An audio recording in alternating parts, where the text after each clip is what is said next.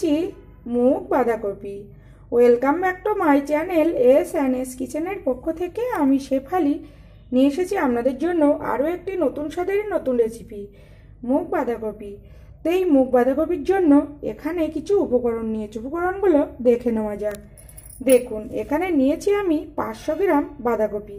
বাঁধাকপি আমি জিরি করে কেটে ভালোভাবে ধুয়ে জল ঝরিয়ে নিয়েছি 100 গ্রাম মুগ ডাল, আর নিয়েছি মাঝারি সাইজের দুটো আলু এরকম টুকরো করে কেটে জলে ভিজিয়ে নিয়েছি যাতে কালো না হয়ে যায়।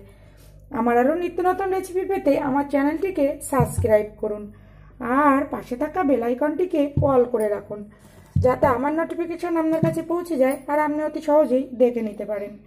দেখুন, এই মুগ বাঁধাকপির জন্য আমি একটি মশলা তৈরি করব,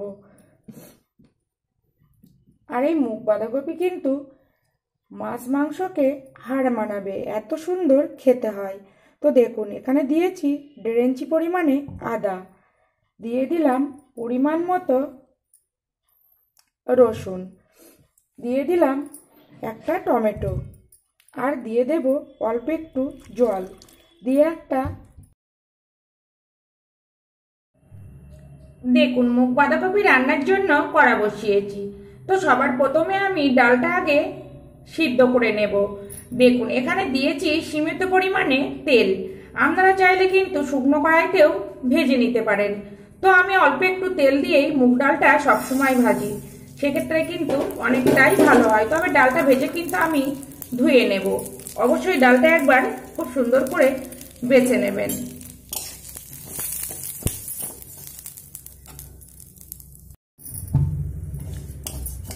দেখুন, ডাল কিন্তু আমার ভাজা হয়ে গেছে। এবার এখানে জল দিয়ে ডাল আমি খুব ভালো করে ধুয়ে নেব। দেখুন, ডাল আমি ধুয়ে নিয়েছি। এবার দিয়ে দেব সিদ্ধর জন্য পরিমাণ মতো জল। তো ডালটা কিন্তু আমি 70% মতো সিদ্ধ করব। অবশ্যই কিন্তু ডালটা ধুয়ে নেবে, ডালে কিন্তু পাউডার দেওয়া থাকে। দেখুন,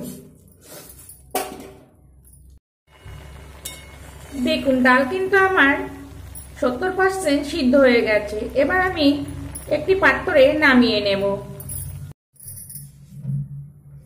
দেখুন, ডাল নামিয়ে কড়া পরিষ্কার করে গ্যাসে বসিয়েছি, কড়া গরম হয়ে এসেছে। এখানে দিয়ে দেব পরিমাণ মতো রিফাইন তেল। এই রান্নাটা আমি রিফাইন তেল দিয়ে করছি, আপনারা চাইলে কিন্তু সরষের তেল দিয়েও করতে পারেন। তেল গরম হতে দেব। দেখুন, তেল গরম হয়ে গেছে। এখানে আমি যে আলু কেটে রেখেছি আলুগুলো ভেজে নেব।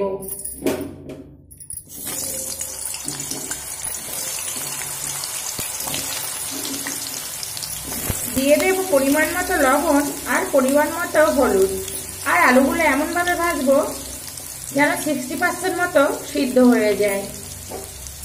প্লিজ ভিডিও দেখা শুরুতেই একটা লাইক দিয়ে এই ভিডিওটি দেখা শুরু করুন। আপনার একটা লাইক আমাকে এগিয়ে নিয়ে যেতে সাহায্য করবে।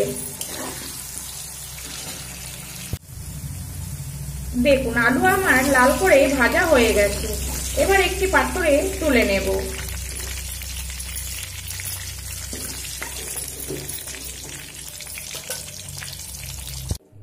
দেখুন, এই তেলের মধ্যে ফোড়নে দেব গোটা গরম মশলা, আছে 2টো এলাচ, 1 টুকরো ডালচিনি আর 2টো লবঙ্গ, দিয়ে দেব 2টো শুকনো লঙ্কা, আর দেব গোটা জিরে। ফোড়নটা একটু ভাজা হতে দেব। দেখুন, ফোড়ন ভাজা হয়ে গেছে, খুব সুন্দর একটা গন্ধ ছাড়ছে। এবার এখানে দিয়ে দেব মিডিয়াম সাইজের একটা পেঁয়াজ কুচি।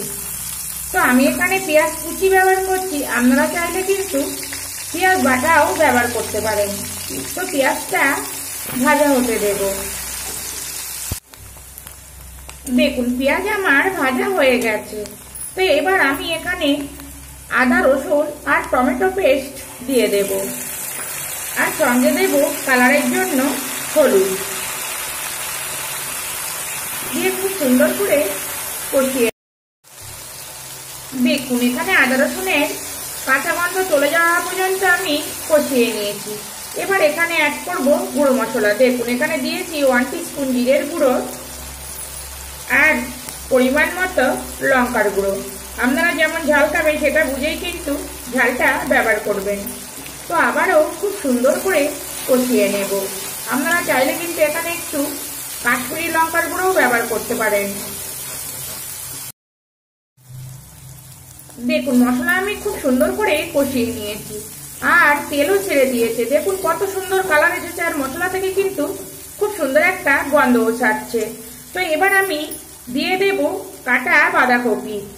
তো আপনারা চাইলে কিন্তু এই বাঁধাকপি অল্প একটু ভাবিয়ে নিয়েও রান্না করতে পারেন।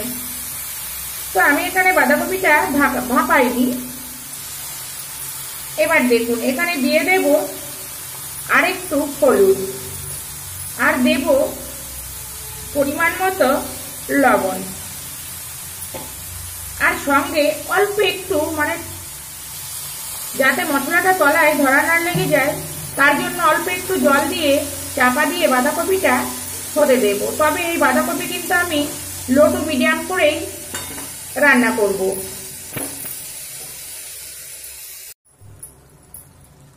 দেখুন বাঁধাকপি আমার 50% সিদ্ধ হয়ে গেছে আর আমি কিন্তু সেই মশলার সঙ্গে যেটুকখানি জল ব্যবহার করেছি, এখানে কিন্তু একটু জল ব্যবহার করিনি। এবার আগে থেকে ভেজে রাখা আলু দিয়ে দেব, দিয়ে আবারও মিডিয়াম ফ্লেম করে চাপা দিয়ে রান্নাটা হতে দেব। দেখুন আলু দেওয়ার পরে আমি মিডিয়াম ফ্লেম করে রান্নাটা করে নিয়েছি আর দেখুন আলু কিন্তু আমার সিদ্ধ হয়ে গেছে। দেখুন পুরো আলু সিদ্ধ হয়ে গেছে। আর রান্নাটা যখন করবেন অবশ্যই কিন্তু মাঝে মধ্যে ঢাকা খুলে এইভাবে নেড়ে নেড়েই কিন্তু রান্নাটা করতে হবে।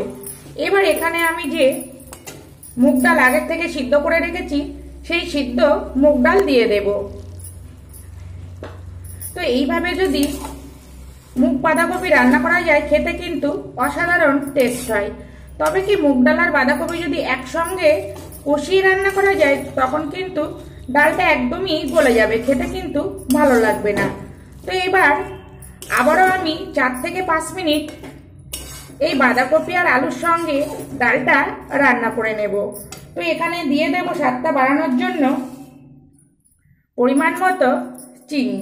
চিনিটা কিন্তু অপশনাল, আপনারা চাইলে দিতে পারেন, না দিলেও কিন্তু কোনো সমস্যা নেই। আবার রান্নাটা হতে দেব আর মাঝে কিন্তু আমি একবার লবণ দেখে নিয়েছি, লবণটা ঠিকই ছিল। আবারও একবার চেক করে নেব, কেননা এখানে আমি সিদ্ধ ডাল দিয়েছি। দেখুন মুগ ডালটা দেওয়ার পরে কিন্তু হাই ফ্লেমে রান্নাটা করতে হবে, লো ফ্লেমে কিন্তু একদমই করা যাবে না, তাহলে কিন্তু যে গোটা মুগ ডাল দেখছেন এগুলো কিন্তু একদমই গলে যাবে, খেতে কিন্তু ভালো লাগবে না। তো এই পর্যন্ত আমার নতুন বন্ধু পুরনো বন্ধু যারা আমাকে পাশে থেকে সাপোর্ট করছেন তাদেরকে অসংখ্য অসংখ্য ধন্যবাদ এভাবে পাশে থেকে সাপোর্ট করার জন্য। আর যারা সাধারণ দর্শক আমাকে সাপোর্ট করে সামনে এগিয়ে নিয়ে যাচ্ছেন তাদেরকেও অসংখ্য ধন্যবাদ এভাবে সাপোর্ট করার জন্য। তো দেখুন এইভাবে নেড়ে নেড়েই কিন্তু রান্নাটা করে নিতে হবে। তো দেখতে দেখুন কত সুন্দর হয়েছে মুগ বাঁধাকপি, খেতেও কিন্তু অসাধারণ। তো এই মুগ বাঁধাকপি আপনারা কিন্তু লুচি, পরোটা, নানের সঙ্গে পরিবেশন করতে পারেন আর ভাত দিয়ে খেতেও কিন্তু মন্দ লাগে না। দেখুন